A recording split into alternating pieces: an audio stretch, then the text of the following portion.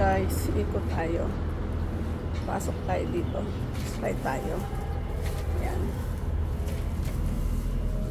So, bago ka pumasok dito, you need this. Bag, only bag.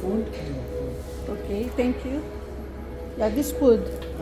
It's okay. Yan, bago ka pumasok sa hotel, kailangan kong i-scan yung ating bag. Yan. I-scan po muna. Thank you. Thank you so much. Dito na lang. Okay. So guys, meron nga po pala ditong pinakalumang sasakyan. See? Yan po is, ilang years na ba siya?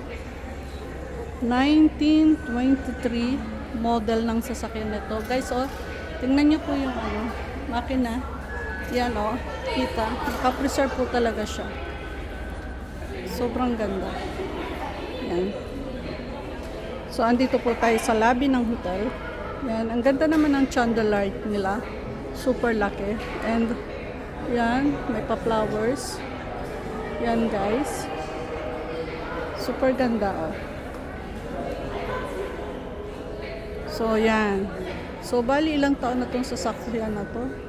Almost 100 years na po itong sasakyan na ito. Yan, pero sabi po nila is umaandar pa po ito, guys. Yan.